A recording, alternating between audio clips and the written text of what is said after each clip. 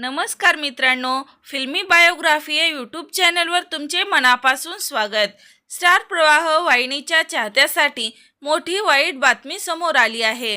कारण लग्नानंतर होईलच प्रेम या मालिकेतील एका अभिनेत्रीला ॲडमिट केले असून तिची प्रकृती चिंताजनक आहे। तर चला जाणून घेऊया काय आहे सविस्तर माहिती। तत्पूर्वी फिल्मी बायोग्राफी या यूट्यूब चॅनलला नक्की सबस्क्राईब करा। लग्नानंतर होईलच प्रेम या मालिकेतील अभिनेत्री ॲडमिट असून अभिनेत्रीवर उपचार सुरू आहेत।